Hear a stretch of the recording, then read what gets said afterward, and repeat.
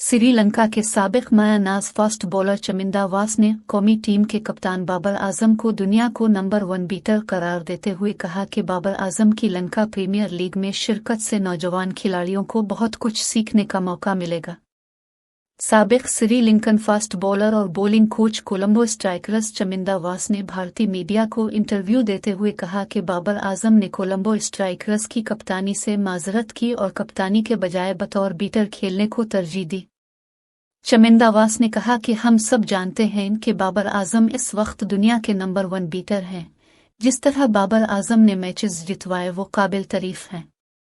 Bowling coach Colombo strikers ने कहा कि बाबर आजम की टीम में होने से नौजवान लड़कों को सीखने का मौका मिलेगा।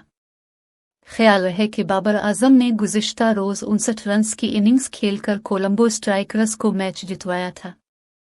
इससे कबल कोलंबो स्ट्राइकर के कप्तान नरविशान डिकविला ने भी ड्रेसिंग रूम में बाबर आजम की तारीफ करते हुए कहा था कि विकेट बैटिंग के लिए आसान नहीं थी, लेकिन बाबर आजम ने हिम्मत नहीं हारी और आखिर तक खड़े रहे और टीम को एक अच्छा टोटल फराहम किया।